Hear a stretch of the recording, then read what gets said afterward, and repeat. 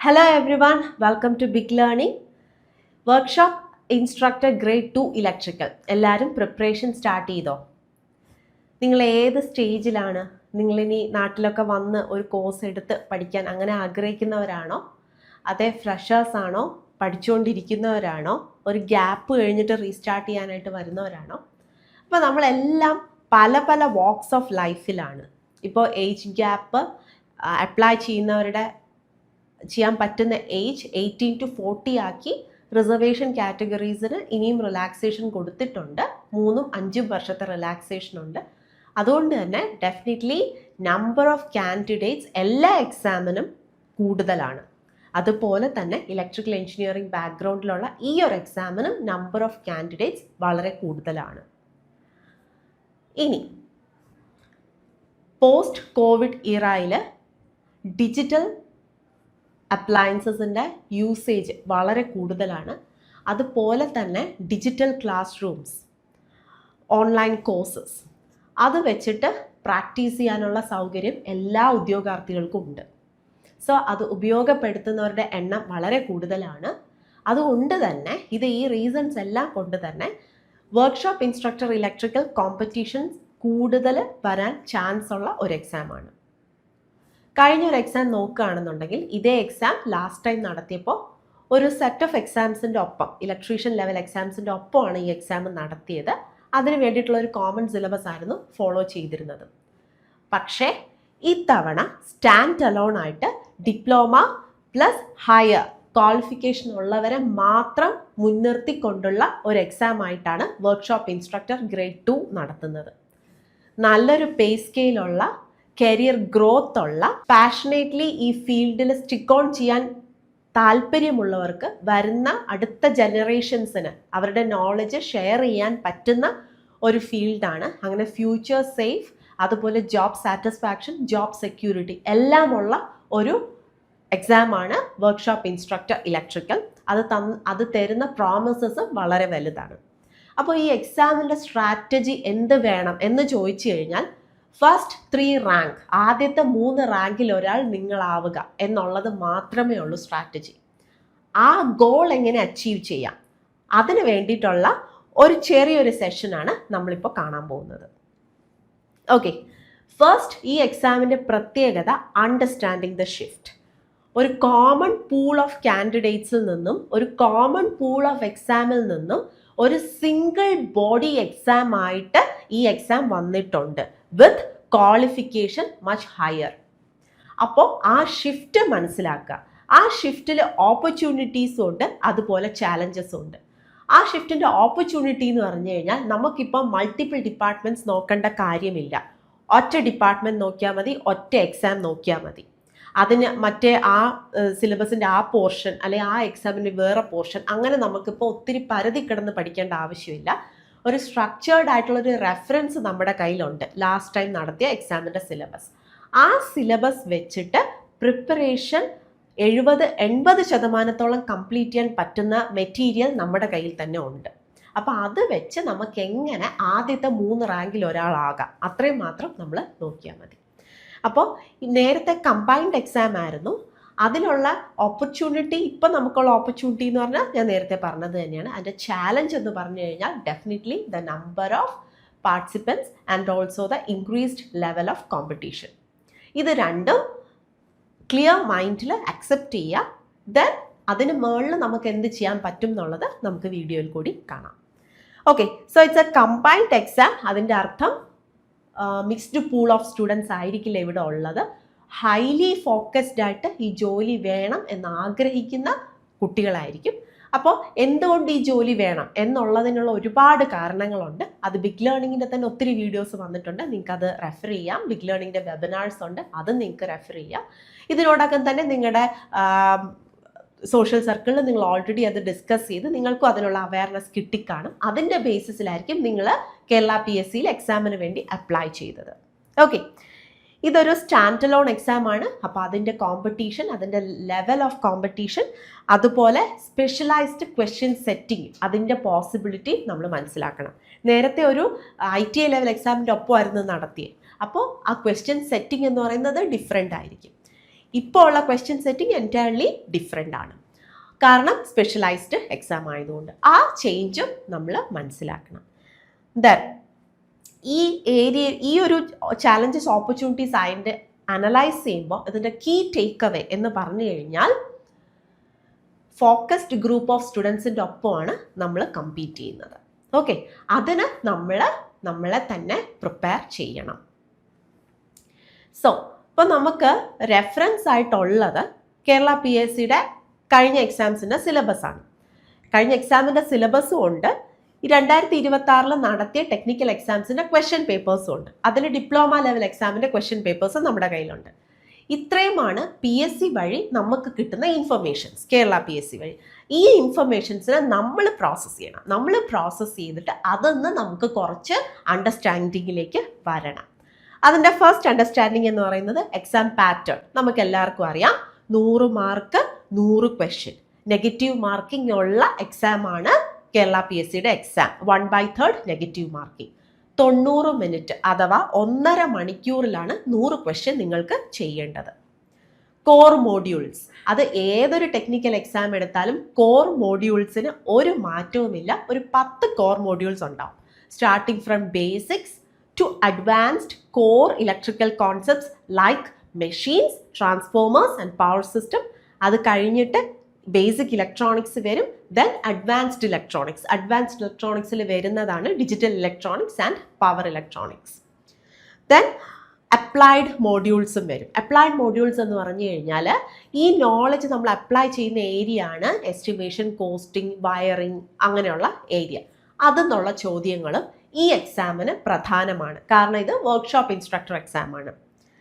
Okay, അപ്പോൾ ഇങ്ങനെ 4ആയിട്ടാണ് ഈ മോഡ്യൂൾസിനെ ക്ലാസിഫൈ ചെയ്തിരിക്കുന്നത്.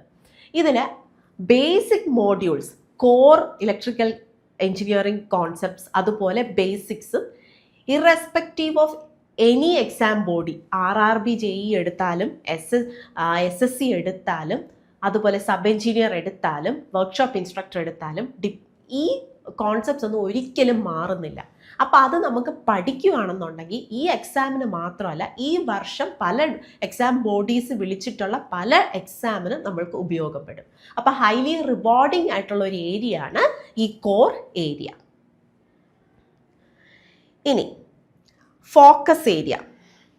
ഈ എക്സാമിൻ്റെ പ്രത്യേകത, ഈ എക്സാമിന് ഫോക്കസ് ഏരിയ ആയിട്ട് വരുന്നത് നോർമലി കോർ ഏരിയ ഉണ്ട്, കോർ ഏരിയ എന്നുള്ള ചോദ്യങ്ങൾ വരും. അതിനോടൊപ്പം നമ്മൾ ഇവിടെ ശ്രദ്ധിക്കേണ്ടത് വർക്ക്ഷോപ്പ് പ്രാക്ടീസസ്, വർക്ക്ഷോപ്പ് ടൂൾസ്, അവിടുത്തെ ടെർമിനോളജീസ്, സേഫ്റ്റി പ്രിക്കോഷൻസ്, വാർണിംഗ്സ്, ഇങ്ങനെയുള്ള ഏരിയയും കൂടി നമ്മൾ ഈ എക്സാമിന് ഒന്നും കൂടെ ഒന്ന് ശ്രദ്ധിച്ച് പഠിക്കണം. ഇതെല്ലാം ഫാക്ച്വൽ ഇൻഫർമേഷൻ ആണ്. അതുകൊണ്ട് റിപ്പീറ്റഡ് റിവിഷൻ വഴിയേ ഈ ഇൻഫർമേഷൻസ് നമ്മുടെ ബ്രെയിനിൽ സ്റ്റോർ ആവുകയുള്ളൂ. ഇനി എക്സാമിൻ്റെ ഡിഫിക്കൽട്ടി, ക്വസ്റ്റ്യൻ്റെ ഡിഫിക്കൽട്ടി എങ്ങനെയായിരിക്കും? നോർമലി 3 ലെവലിലാണ് ചോദ്യങ്ങൾ വരിക. ദെൻ 3 ലെവലിലുള്ള ചോദ്യങ്ങളാണ് നമുക്ക് എല്ലാവർക്കും ആൻസർ ചെയ്യാൻ പറ്റുന്നത്. ഒരു ലെവലും കൂടെ ഉണ്ട്, that is the higher level or the 4th level. അപ്പോൾ ആദ്യത്തെ 3 ലെവൽ നമുക്ക് നോക്കാം. ഫസ്റ്റ് ലെവൽ എന്ന് പറയുന്നത് ഫാക്ച്വൽ ഇൻഫർമേഷൻസ് ആണ്. ഇപ്പോൾ ഒരു വാർണിംഗ് സൈൻ തന്നിട്ട് ഇത് എന്തിൻ്റെ സൈനാണ്, അല്ലെങ്കിൽ ഇങ്ങനെ എഴുതിയേക്കുന്ന വാർണിംഗ് എന്തിനാണ്, that is pure factual information. Safety, ഈ പ്രിക്കോഷൻ അല്ലെങ്കിൽ ഇന്ന ടൂൾ എന്തിനു വേണ്ടിയിട്ടാണ്, that is A factual information. രണ്ടാമത്തത് കോൺസെപ്ച്വൽ അണ്ടർസ്റ്റാൻഡിങ് വെച്ചിട്ടുള്ള ചോദ്യം. ഫോർ എക്സാമ്പിൾ ഓംസ് ലോയിൽ നിന്ന് ചോദിക്കാം, കിർഷോഫ്സ് ലോ, അതിൻ്റെ അണ്ടർസ്റ്റാൻഡിങ് വെച്ചിട്ട് ഒരു പ്രോബ്ലം സോൾവ് ചെയ്യാൻ ചോദിക്കാം. അല്ലെങ്കിൽ കറണ്ട്സ്, ഇത്ര കറണ്ട് എൻട്രി ചെയ്തു, so what will be the leaving currents, അങ്ങനെയുള്ള സിറ്റുവേഷൻസ് വരാം.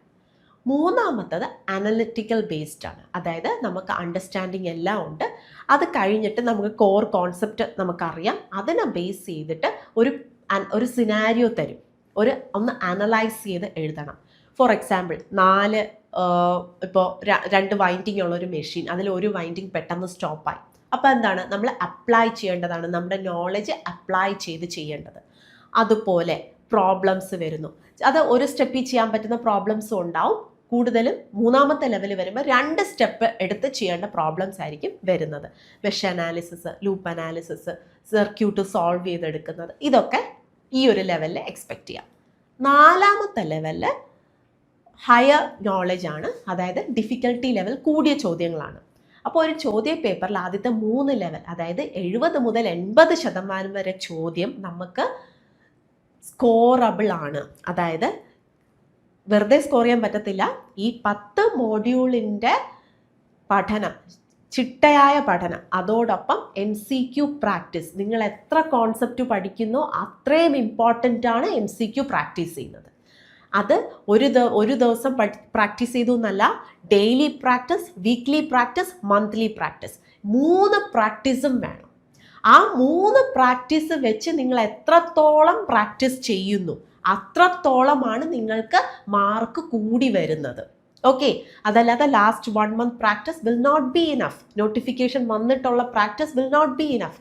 അത് നിങ്ങളുടെ ലൈഫിൻ്റെ ഒരു ഭാഗമാക്കുക. MCQ നിങ്ങളുടെ പഠനത്തിൻ്റെ ഭാഗം, നിങ്ങളുടെ ജീവിതത്തിൻ്റെ തന്നെ ഒരു ഭാഗമാക്കുമ്പോഴാണ് അതിൽ നിന്നും നിങ്ങൾക്ക് റിസൾട്ട് ഉണ്ടാകുന്നത്. ഓക്കെ, സോ ആ ഒരു പ്രാക്ടീസ് വഴി 70 മുതൽ 80% ചോദ്യങ്ങൾ നിങ്ങൾക്ക് സ്കോർ ചെയ്യാൻ പറ്റും.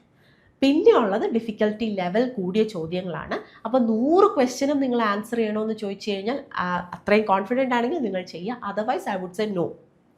ഓക്കെ, 100 ക്വസ്റ്റ്യനും നമുക്കത് ആൻസർ ചെയ്യാൻ പറ്റണം എന്നില്ല. ആ ഒരു മൈൻഡ് സെറ്റിൽ നിങ്ങൾ എക്സാമിനെ അപ്രോച്ച് ചെയ്യരുത്. നമ്മൾക്ക് maximum correct answers, we need maximum correct answers. Maximum negative കൊണ്ടുവന്നിട്ട് നമുക്ക് ഒരു ഉപയോഗമില്ല, നമ്മുടെ ഉള്ള പോസിറ്റീവ് ആൻസേഴ്സിൻ്റെ മാർക്കും കൂടെ പോവും.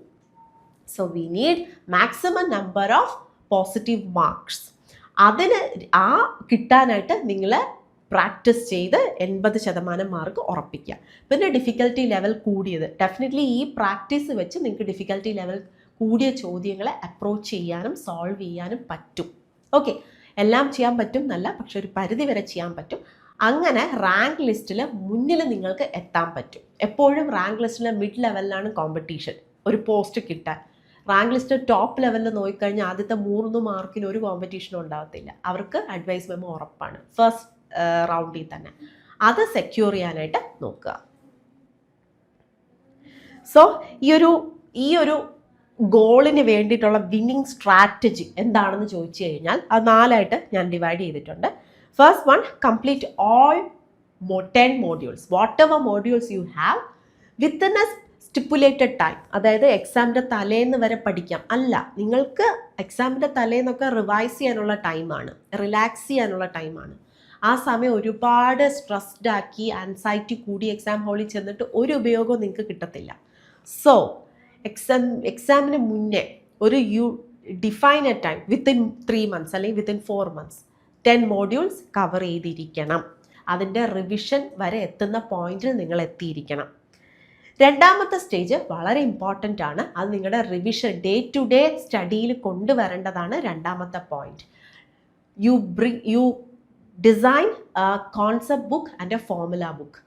നിങ്ങൾ ഓരോ ഇതിപ്പോൾ ടെക്നിക്കൽ എക്സാം ആണ്, അപ്പോൾ ഡെഫിനറ്റ്ലി അതിൽ ഫോർമുലാസ് ഉണ്ടാവും, ഇമ്പോർട്ടൻറ്റ് കോൺസെപ്റ്റ്സ് ഉണ്ടാവും.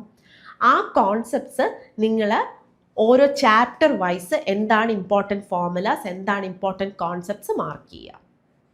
ഓക്കെ, ഇത് നിങ്ങളുടെ ഫൈനൽ റിവിഷന് ഒരുപാട് സഹായിക്കും. ദെൻ ഇത് മാർക്ക് ചെയ്താൽ പോരാ, വീക്കിലി ഇതെടുത്തൊന്ന് റിവൈസ് ചെയ്യണം. അതിനോടൊപ്പം ആ ചാപ്റ്ററിൽ നിന്ന് MCQs ചെയ്ത് നോക്കുമ്പോൾ ചില ക്വസ്റ്റ്യൻസ് ട്രിക്കി ആയിരിക്കും. നമ്മൾക്ക് 100% ഉറപ്പാണ് ഇതാണ് ആൻസർ എന്ന്, പക്ഷേ അവിടെ ഒരു ട്വിസ്റ്റ് ഉണ്ടായിരിക്കും. അങ്ങനെ ട്രിക്കി ആയിട്ട് നിങ്ങൾക്ക് തോന്നുന്ന ക്വസ്റ്റ്യൻസ് നിങ്ങളുടെ കോൺസെപ്റ്റ് ബുക്കിൽ മാർക്ക് ചെയ്യുക. ഓക്കെ, സോ ദാറ്റ് അഡ്വാൻസ്ഡ് ലെവലിൽ ചിലപ്പോൾ ആ ട്രിക്കി ക്വസ്റ്റ്യൻസ് ആയിരിക്കും വരുന്നത്, അത് നിങ്ങൾക്ക് സോൾവ് ചെയ്യാൻ പറ്റും. ഓക്കെ, അപ്പോൾ ശ്രദ്ധിക്കുക, സ്റ്റേജ് 1 നിങ്ങൾ പ്രിപ്പറേഷൻ, സ്റ്റേജ് 2 അതിനോടൊപ്പം ചെയ്യേണ്ടതാണ് കോൺസെപ്റ്റ് ബുക്ക്, ഫോർമുല ബുക്ക്.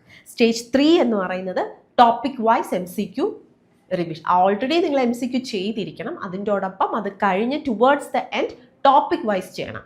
ആദ്യം 10 ക്വസ്റ്റ്യൻ, 20 ക്വസ്റ്റ്യൻ, 50 ക്വസ്റ്റ്യൻ, ഇങ്ങനെ പടിയായിട്ട് നിങ്ങൾ നമ്പർ ഓഫ് ക്വസ്റ്റ്യൻസ് കൂട്ടിക്കൊണ്ടുവരിക. Okay, 4th step is the final step, practice full length mock test. 100 മാർക്കിൻ്റെ ചോദ്യങ്ങൾ നിങ്ങൾ ചെയ്തിരിക്കണം. അപ്പം അതിൻ്റെ ആവശ്യമില്ല, ഞാൻ പ്രാക്ടീസ് എല്ലാ ടോപ്പിക്കിൻ്റെയും ചെയ്ത് കഴിഞ്ഞു, ഇനി എനിക്ക് 100 മാർക്കിൻ്റെ ആവശ്യമില്ല എന്ന് നമ്മൾ ചിന്തിച്ചാൽ അതെല്ലാം ചെയ്ത് വരുന്നവരുടെ ഒപ്പമാണ് നമ്മൾ കമ്പീറ്റ് ചെയ്യേണ്ടത്. അപ്പോൾ 90 മിനിറ്റിൽ അവരെ കൂടെ ബീറ്റ് ചെയ്ത് അതിന് മുകളിൽ നമ്മൾ എത്തണം. ആ രീതിയിലുള്ളൊരു പ്രിപ്പറേഷനാണ് ഫുൾ ലെങ്ത് പ്രാക്ടീസ് നിങ്ങൾക്ക് തരുന്നത്. ടോപ്പിക് വൈസ് ഉള്ള ക്വസ്റ്റ്യൻസ് ചെയ്യുമ്പോൾ നിങ്ങൾക്ക് മനസ്സിലാവും നിങ്ങളുടെ സ്ട്രോങ് ഏരിയ ഏതൊക്കെയാണ്, വീക്ക് ഏരിയ ഏതൊക്കെയാണെന്ന്. അതായത് നിങ്ങൾക്ക് എങ്ങനെ ചോദിച്ചാലും ഉത്തരം എഴുതാൻ പറ്റുന്ന കുറച്ച് ചാപ്റ്റേഴ്സ് കാണും, അത് നിങ്ങളുടെ സ്ട്രോങ് ഏരിയ ആണ്. എങ്ങനെ ചോദിച്ചാലും ഒന്നും എഴുതാൻ പറ്റാത്ത കുറച്ച് ഭാഗങ്ങൾ കാണും, അത് നിങ്ങളുടെ വീക്ക് ഏരിയ ആണ്. വീക്ക് ഏരിയ ഐഡൻറ്റിഫൈ ചെയ്യണം. നിങ്ങളുടെ ടുവേർഡ്സ് ദ എക്സാം നിങ്ങൾ ടൈം കൊടുക്കേണ്ടത് നിങ്ങളുടെ വീക്ക് ഏരിയ ഇമ്പ്രൂവ് ചെയ്യാൻ വേണ്ടിയിട്ടാണ്. സ്ട്രോങ് ഏരിയ റിവൈസ് ചെയ്യുക, വീക്ക് ഏരിയ ഇമ്പ്രൂവ് ചെയ്യുക, അതിൽ ബിൽഡ് ചെയ്യുക. അങ്ങനെ കളക്റ്റീവ് എഫേർട്ടാണ് ഫൈനൽ റിസൾട്ടിലേക്ക് എത്തിക്കുന്നത്. ഇത് ഒരു മാസത്തെ ഒരു പ്രോഗ്രാം, ഒരു മാസത്തെ ഒരു ലേണിംഗ് കൊണ്ട് ഫുള്ളി നിങ്ങൾക്ക് സാറ്റിസ്ഫൈഡ് ആവുന്ന രീതിയിൽ കൊണ്ടുവരാൻ പറ്റുമോ എന്ന് ചോദിച്ചു കഴിഞ്ഞാൽ എനിക്കറിയില്ല. ബട്ട് ഇപ്പോൾ നല്ലൊരു ടൈമാണ്. ഇപ്പോൾ നമ്മൾ വർക്ക്ഷോപ്പ് ഇൻസ്ട്രക്ടറിൻ്റെ പ്രിപ്പറേഷൻ ഫ്രം ദ ഡേ, നാളെ മുതൽ അല്ലെങ്കിൽ ഇന്നു മുതൽ സ്റ്റാർട്ട് ചെയ്താൽ തന്നെ നിങ്ങൾക്ക് സബ് എഞ്ചിനീയർ എക്സാമിനും അതൊരു മുതൽക്കൂട്ടായിരിക്കും. അതുപോലെ RRB JEE ടെക്നിക്കൽ എക്സാംസിനും ടെക്നിക്കൽ റൗണ്ടിനും അത് നിങ്ങളെ ഹെൽപ്പ് ചെയ്യും, ഒരുപാട് ഹെൽപ്പ് ചെയ്യും. So start your preparation today itself. Next revision ടൂളാണ്. റിവിഷൻ ഓൾറെഡി ഞാൻ പറഞ്ഞല്ലോ, അത് എക്സാമിന് കുറച്ച് മുന്നേ ഉള്ള ദിവസങ്ങൾ ഓൾറെഡി നിങ്ങൾ വീക്ക്ലി റിവൈസ് ചെയ്യണം, എന്നാലേ നമ്മുടെ ബ്രെയിനിന് അത് സസ്റ്റെയിൻ ചെയ്യാൻ പറ്റുള്ളൂ ആ നോളജ്.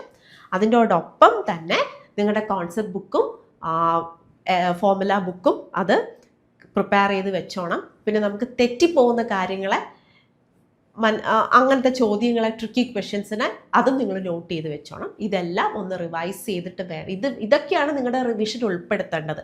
പഠിച്ച കാര്യം തന്നെ വീണ്ടും വീണ്ടും പഠിച്ചുകൊണ്ടല്ല ഇരിക്കേണ്ടത്. ഈ കാര്യങ്ങളൊക്കെ ഒന്ന് റിവൈസ് ചെയ്തിട്ട് വേണം എക്സാമിലേക്ക് പോവാൻ. Okay, so with that workshop ഇൻസ്ട്രക്ടറിനുള്ള ബിഗ് ലേണിങ്ങിൻ്റെ സ്ട്രാറ്റജി പറഞ്ഞു കഴിഞ്ഞു. Now it is your call to decide ഇന്ന് പ്രിപ്പറേഷൻ സ്റ്റാർട്ട് ചെയ്യണോ അതേ നോട്ടിഫിക്കേഷൻ വന്നിട്ട് സ്റ്റാർട്ട് ചെയ്യണോ. ഏർലി പ്രിപ്പറേഷന് ഡെഫിനറ്റ്ലി അഡ്വാൻറ്റേജ് ഉണ്ട്. അത് സക്സസ് സ്റ്റോറി, ബിഗ് ലേണിങ്ങിൻ്റെ ഒത്തിരി സക്സസ് സ്റ്റോറീസ് ഉണ്ട്. അതെടുത്ത് നോക്കിക്കഴിഞ്ഞാൽ നിങ്ങൾക്ക് മനസ്സിലാവും എക്സ്ട്രാ ഓർഡിനറി ആയിട്ടുള്ള സ്റ്റുഡൻസ് അല്ല റിസൾട്ട് മേക്ക് ചെയ്തത്. നോർമൽ സ്റ്റുഡൻസിൻ്റെ എക്സ്ട്രാ ഓർഡിനറി പ്രാക്ടീസസ് ആണ് റിസൾട്ട് ബിൽഡ് ചെയ്തിട്ടുള്ളത്. So if you are ready to take up that challenge, workshop ഇൻസ്ട്രക്ടറിൻ്റെ കോഴ്സ് ബിഗ് ലേണിങ്ങിൽ സ്റ്റാർട്ട് ചെയ്തിട്ടുണ്ട്. താഴെ കാണുന്ന ഫോം ഫില്ല് ചെയ്യുക, കോഴ്സിന് രജിസ്റ്റർ ചെയ്യുക. Thank U.